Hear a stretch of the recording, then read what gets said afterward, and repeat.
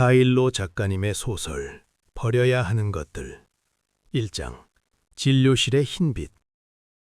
병원의 공기에는 특유의 침묵이 있었다. 사람의 목소리가 섞이지 않은 그러나 수많은 숨결이 오고 간 공기. 그 안에는 누군가의 끝과 누군가의 시작이 함께 떠 있었다. 나는 하얀 문을 밀고 들어가며 아주 잠깐 손끝으로 문손잡이의 차가움을 느꼈다.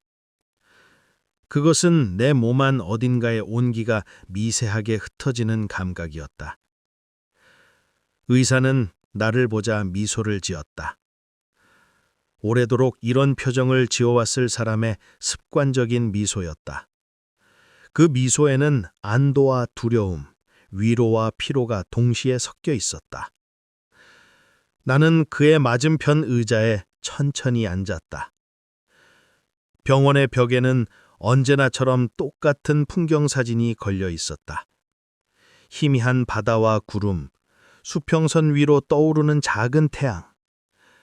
아마도 많은 환자들이 그 그림을 보며 자신만의 하루를 버텼을 것이다. 책상 위에는 두꺼운 차트 몇 권과 검사 결과가 인쇄된 종이들이 겹겹이 쌓여 있었다. 그 위로 형광등이 비쳐 종이의 하얀 면이 마치 겨울의 들판처럼 번들거렸다. 의사는 내 이름이 적힌 파일을 꺼내들고는 잠시 눈을 내리깔았다. 그 짧은 정적이 너무 길게 느껴졌다. 난 숨을 들이쉬었다. 그리고 내 안의 공기가 천천히 식어가는 걸 느꼈다. 선생님, 의사는 조용히 입을 열었다. 결과는 조금 조심하셔야겠습니다. 그 말은 부드러웠지만 그 안에는 금이 간 유리잔처럼 깨질 듯한 진실이 숨어 있었다. 그는 한 장의 그래프를 화면에 띄웠다. 그 선들은 규칙적으로 오르내리고 있었지만 몇 구간에서는 리듬이 조금씩 어긋나며 불안하게 흔들렸다. 의사는 레이저 포인터를 들어 그래프를 가리켰다. 이 부분을 보세요. 맥박 자체는 일정하지만 중간중간 약간의 부정맥이 나타납니다. 스텐트 2개는 현재 혈류를 잘 유지하고 있고 막힘은 없습니다. 다만 혈관 벽이 약해져 있어서 향후 관리가 필요합니다. 그는 천천히 말을 이었다. 당장 위험한 상태는 아니지만 무리하시면 안 됩니다. 특히 피로하시면 심장이 순간적으로 불규칙하게 뛸 수 있습니다. 약은 지금처럼 꾸준히 드시고 다음 달에 다시 한번 심장 초음파랑 부정맥 검사를 같이 보시죠. 나는 모니터에 뜬 심전도 그래프를 바라보았다. 그 선들이 마치 내 인생의 궤적처럼 느껴졌다. 규칙적으로 이어지다가도 어떤 순간엔 미세하게 흔들리고 다시 안정되는 그 리듬. 그것은 살아있는 사람의 리듬이기도 했다. 불안하지만 여전히 움직이는. 의사는 내 표정을 살피며 부드럽게 덧붙였다. 너무 걱정하지 마세요. 지금 단계에서는 관리가 중요합니다. 조급해하지 말고 생활 습관만 조금 바꾸시면 충분히 오래 사실 수 있습니다. 나는 고개를 끄덕였다. 입술이 마르듯 다물어졌다. 그래프 위에서 오르내리는 그 선들은 여전히 작은 파동을 그리며 깜빡이고 있었다. 삶이란 어쩌면 저런 것일지도 몰랐다. 언제 멈출지 몰라서 아름답고 아직 움직이기에 의미 있는 것. 나는 입술을 다물었다. 말을 하면 그 말이 곧 나를 현실로 데려올 것 같았다. 그래서 침묵했다. 의사는 잠시 나를 바라보다가 다시 말을 이었다. 당장은 아닙니다만 정리할 게 있다면 천천히 해두시는 게 좋겠습니다. 그 말은 병실의 공기보다 더 느리게 내 귀에 도착했다. 정리할 게 있다면 그 말의 울림이 내 안을 맴돌았다. 그건 단순한 조언이 아니라 삶이 스스로 무게를 줄이기 위해 보내는 신호처럼 들렸다. 죽음이라는 단어는 나오지 않았지만 그 문장 사이에는 이미 그것이 고요히 서 있었다. 소리도 없이, 그러나 명확하게. 나는 목을 가다듬었지만 목소리가 잘 나오지 않았다. 의자는 가볍게 삐걱거렸고 그 소리가 병실의 정적을 가르며 흘렀다. 잠시 후에야 겨우 한마디가 나왔다. 예, 알겠습니다. 그 말은 너무 짧아서 내가 이해했다는 뜻인지 받아들였다는 뜻인지 나조차도 알 수 없었다. 의사는 고개를 끄덕였다. 그의 눈빛은 오래된 가을의 하늘처럼 깊고도 조용했다. 무리하지 마세요. 한 선생님은 늘 생각이 많으시죠? 생각이 많으면 오래 산다던데요. 그건 아마 오래 버티는 법을 알아서일 겁니다. 그는 그렇게 말하며 종이를 정리했다. 나는 자리에서 일어나며 잠시 의사의 손등을 보았다. 그 손에는 작은 주름들이 촘촘하게 새겨져 있었다. 아마 수많은 사람의 끝을 붙잡아준 손이겠지. 그 손끝에서 세상의 온도와 이별의 무게가 함께 지나갔을 것이다. 문을 나서기 전에 나는 다시 한번 진료실을 둘러보았다. 형광등은 여전히 밝았고 그 비달에서 흰 벽은 너무 깨끗했다. 마치 그 안에 어떤 감정도 남아있지 않은 듯한 냉정한 깨끗함이었다. 복도를 걸어 나오자 약한 소독약의 냄새와 오래된 종이의 향이 뒤섞인 공기가 코끝에 스쳤다. 사람들이 오가며 남긴 발자국, 간호사의 속삭임, 엘리베이터의 띵 소리까지 모두 멀리서 들려오는 것처럼 느껴졌다. 마치 물속에 잠긴 듯 세상의 소리가 한 겹 걸러져 있었다. 나는 천천히 손을 주머니에 넣었다. 병원 복도를 따라 걸어 나오자 형광등의 빛이 차갑게 깔려 있었다. 손에는 처방전 한 장이 들려 있었다. 하얀 종이 위에 작은 글씨들이 빽빽하게 적혀 있었고 그 숫자와 알파벳들은 내 몸 안의 상태를 조용히 기록한 언어 같았다. 한때는 이 문장을 읽으면 병의 이름이 보였는데 이제는 병보다 시간이 보였다.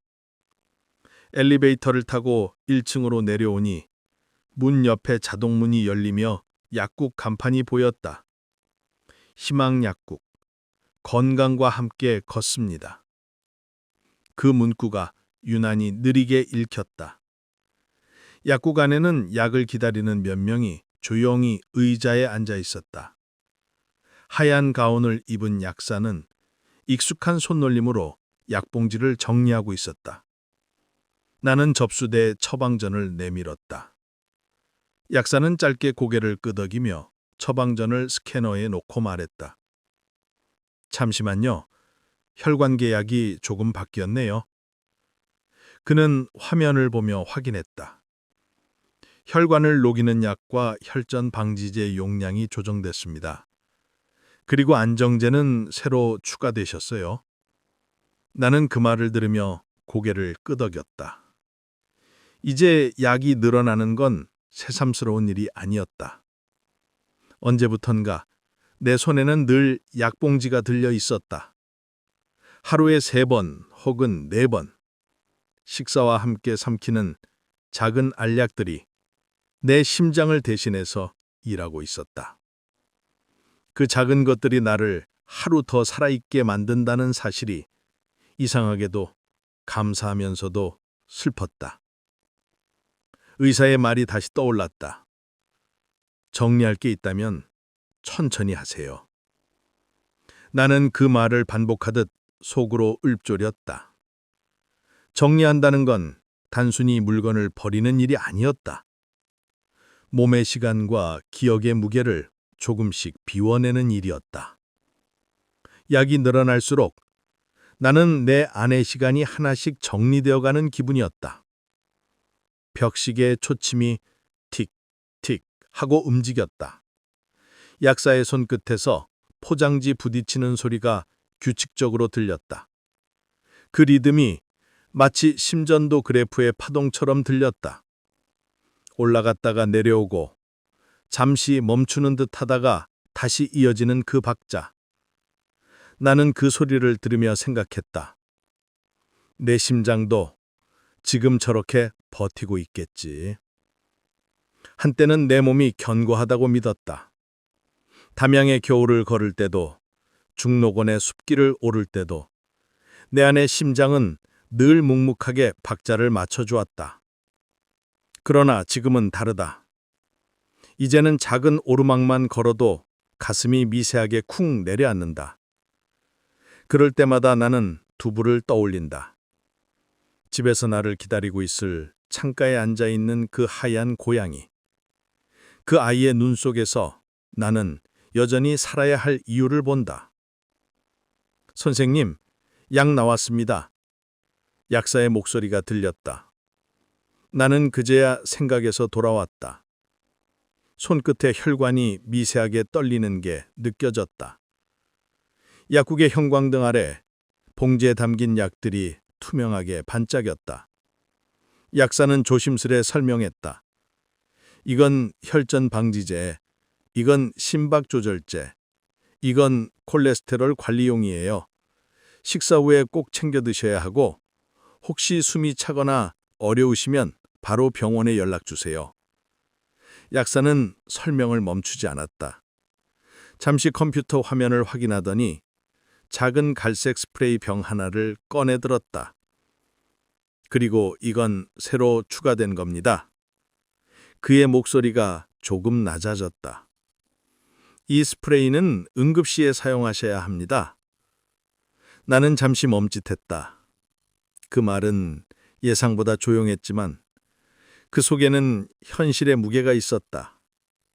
그가 건넨 작은 스프레이는 한 손에 다 들어오는 크기였지만 그 안에는 내 생의 마지막 순간을 붙잡을 수도 있는 묘한 절박함이 들어 있었다. 가슴이 답답하거나 숨이 막히는 느낌이 들 때 바로 혀 밑에 한번 뿌리세요. 그리고 바로 119나 병원에 연락하셔야 합니다. 그럴 일은 자주 없을 거예요. 하지만 혹시 모르니까요. 나는 고개를 끄덕였다. 말이 나오지 않았다. 그 말 대신 약사의 손끝에 빛나는 스프레이의 금속 뚜껑을 바라보았다. 거기에 내 얼굴이 작게 비치었다. 시간의 잔상이 아주 희미하게 흔들리고 있었다. 약사는 여전히 차분하게 말했다. 선생님, 약이 조금 늘었지만 잘 챙겨두시면 좋아지세요. 요즘 많이 좋아지셨잖아요. 나는 억지로 웃었다. 그렇죠. 덕분에 아직은 잘 버팁니다. 봉지를 받아들고 자리에 앉으니 비닐이 부딪히는 소리가 병원 대기실의 정적 속에 울렸다.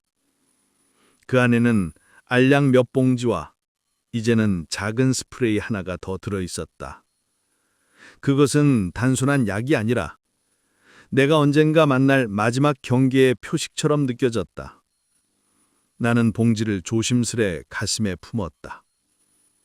그리고 문득 생각했다. 이 스프레이 하나를 쥐고 있다는 건 아직 끝은 아니라는 뜻이기도 했다.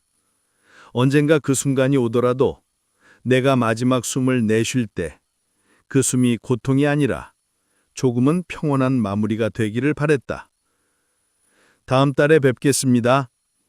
약사의 말이 들렸다. 나는 짧게 인사하고 약국을 나섰다. 밖의 안개는 묘하게 달콤했다. 약간의 약냄새와 봄이 오는 먼 냄새가 섞여 있었다. 나는 그 봉지를 더 단단히 쥐었다. 그 안에는 내 시간에 남은 조각들이 고요히 흔들리고 있었다. 그리고 마음 한 구석에는 그 스프레이의 차가운 유리 촉감이 여전히 남아 있었다. 삶과 죽음의 거리가 그 한 손 안의 무게만큼 가까워져 있었다. 혹시 숨이 차거나 어지러우시면 바로 병원에 연락 주세요. 나는 고개를 숙이며 웃었다. 이젠 약이 제 친구네요. 괜찮아요. 친구가 많으면 든든하잖아요. 그녀의 유머 섞인 대답에 잠시 미소가 났다. 그러나 그 미소 뒤에는 묘한 현실감이 있었다. 나를 버티게 하는 건 결국 이 작은 약봉지들이었다. 그리고 그 봉지 속에는 남은 시간의 무게가 고요히 들어 있었다. 약국을 나서며 나는 봉지를 품속에 넣었다. 그 안에는 약봉지 하나, 그리고 아까 병원에서 받은 영수증이 함께 들어 있었다. 그 종이에서 잉크 냄새가 났다. 시간의 냄새였다. 남은 생의 냄새였다. 밖으로 나와서 차가운 바람이 볼을 스쳤다. 하늘은 흐릿했고 벚꽃이 나무 가지 끝에는 아직 봉오리 하나가 남아 있었다. 나는 잠시 그 앞에 멈춰 섰다. 이 봄을 한 번 더 볼 수 있을까? 그 생각이 들자 가슴 안이 조용히 떨렸다. 나는 봉지를 조금 더 꼭 쥐었다. 손끝에서 약의 포장지가 부딪히며 작은 소리를 냈다. 삶의 남은 박동처럼. 그리고 나는 천천히 담양의 공기 속으로 걸어 나갔다. 오늘 하루를 버티기 위해, 내 안의 리듬을 다시 맞추기 위해. 정리할 게 있다면 천천히. 의사의 말이 다시 떠올랐다. 나는 그것이 물건을 정리하라는 말이 아니라는 걸 알고 있었다. 그건 시간과 감정, 그리고 미련을 정리하라는 뜻이었다. 나는 건물을 나서며 하늘을 올려다보았다. 형광등보다 훨씬 밝은 햇빛이 눈을 찔렀다. 그 빛 속에서 먼지가 반짝였다. 그 반짝임이 마치 내 안에 남은 생의 조각처럼 느껴졌다. 나는 그 순간 아주 조용히 속삭였다. 그래, 이제부터 천천히 정리하자. 사라지기 위해서가 아니라 가벼워지기 위해서. 그 말이 내 안에서 오래 울렸다. 그리고 그 울림은 담양의 겨울 하늘로 천천히 흩어져 갔다. 긴 겨울 대나무 숲에서 밀려온 서늘한 바람이 목덜미를 쓸고 지나갔다. 그의 눈에 보이는 겨울 하늘의 색이 유난히 옅게 보였다. 무언가가 비어있는 듯한 색이었다. 나도 언젠가 저 하늘의 옅은 색 속으로 스며들겠지? 그리 오래 걸리진 않겠지? 그런 생각이 자연스럽게 올라왔다. 나는 핸드폰을 꺼내려다 이내 다시 주머니에 넣었다. 누구에게도 이 말을 하고 싶지 않았다. 아직은. 나는 약국에서 약봉지를 받아들고 주차장으로 걸어 나오며 전화할까 말까 망설이던 순간이 있었다. 아들에게 전화해볼까? 잠깐 그런 생각이 스쳤다. 하지만 그 아이는 바쁘다. 서울에서 쉴 틈 없이 일하는 직장인이고 내가 갑자기 건강이 완벽하지 않다라는 얘기를 한다고 해서 달라지는 것이 있을까? 아니, 오히려 그 말 한마디로 그 아이의 하루를 불안으로 흠집낼 수도 있겠다는 생각이 들었다. 그래서 결국 전화는 하지 않았다. 우리는 언제부터 이렇게 조심스러운 관계가 됐을까? 서로를 아끼는 방식이 침묵과 배려와 약간의 회피로 흘러가는 관계가 되었을까? 차에 올라 엔진을 켜고 담양읍 도로를 천천히 따라갔다. 창가 너머로 지나가는 메타세커이아의 마른 가지들이 하늘을 가늘게 긋고 있었다. 늦가을과 초겨울 사이, 잎이 다 떨어진 길목, 적막한 골목을 지날 때마다 어딘가에서 툭 하고 가지가 부러지는 소리가 들릴 것만 같았다. 라디오에서는 한 낯선 DJ가 담담한 목소리로 말했다.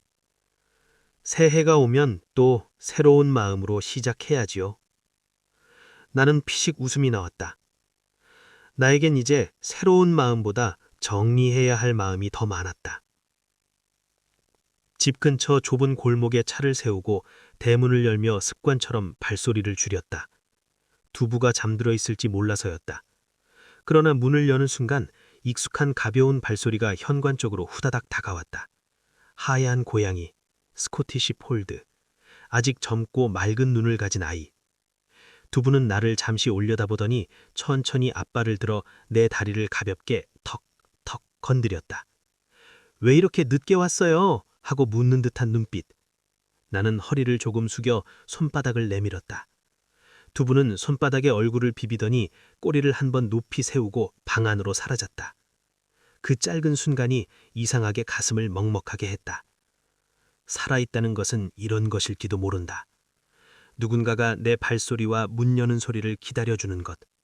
어떤 날은 그것만으로도 하루가 의미 있는 것이다. 거실에 내려놓은 약봉지가 종이 소리를 내며 탁자 위에 닿았다. 커튼 사이로 들어온 오후 햇빛이 카펫 위에 조용한 사각형을 만들어 두부의 발자국이 그 위를 가늘게 찍고 지나갔다. 두부야, 내가 말했다. 우리 조금 천천히 가자. 갑자기 끝내지 말고 말이야. 두부는 나를 이해한 듯 꼬리를 한번 흔들고 창가로 걸어가 앉았다. 그 작은 등 뒤로 빛이 번지는 걸 보면서 나는 불현듯 의사의 말이 떠올랐다. 정리할 게 있다면 천천히. 정리할 게 많았다. 버리지 못한 것들이 많았고 버리게 망설여지는 것들이 더 많았다. 책장 가득 꽂힌 책들, 아내의 손글씨가 남아있는 요리책, 작은 서랍 속 오래된 계약서와 영수증들, 그리고 마음속 깊은 곳에서 여전히 덜 마모단 채로 남아있는 기억들. 나에게 남은 시간은 앞으로 펼쳐진 길이 아니라 점점 가까워지는 강가의 둑처럼 보였다. 그러나 그 둑에 다가기 전 나는 방 안의 먼지와 서랍 속의 종이들을 정리해야 했다. 그것은 죽음을 준비하는 일이 아니라 남아있는 시간을 정돈하는 일이었다. 부엌의 냉장고에서 물을 꺼내 한 모금 마셨다. 찬물이 목을 지나며 깨끗한 기운을 남겼고 나는 천천히 숨을 내쉬었다. 두부가 다시 다가와 내 발에 몸을 기댄다. 그 작은 체온이 내 다리뼈에 가만히 스며든다. 바람이 창문을 흔들며 중록원의 대나뭇잎 소리 같은 숨결을 남겼다. 그 소리를 들으며 나는 생각했다. 아직은 끝이 아니다. 아직 나는 할 일이 있다. 비워야 할 것도, 남겨야 할 것도, 그리고 마지막 순간까지 꼭 붙들고 싶을 것들도. 그날 오후 나는 서서히 결심했다. 오늘부터 하나씩 비우자. 그러나 급하게 하지 말자. 버림이란 이별이 아니라 내가 살아온 시간에 대한 마지막 예의니까. 그리고 언젠가 끝이 온다면 이 조용한 집과 이 작은 생명과 서랍에 남겨진 슬픔 대신 가볍고 단정한 방 한 칸에서 빛과 바람이 드나드는 자리에서 나는 마지막 숨을 들이쉴 수 있으면 좋겠다. 그때까지 두부야, 우리 천천히, 아주 천천히 가자.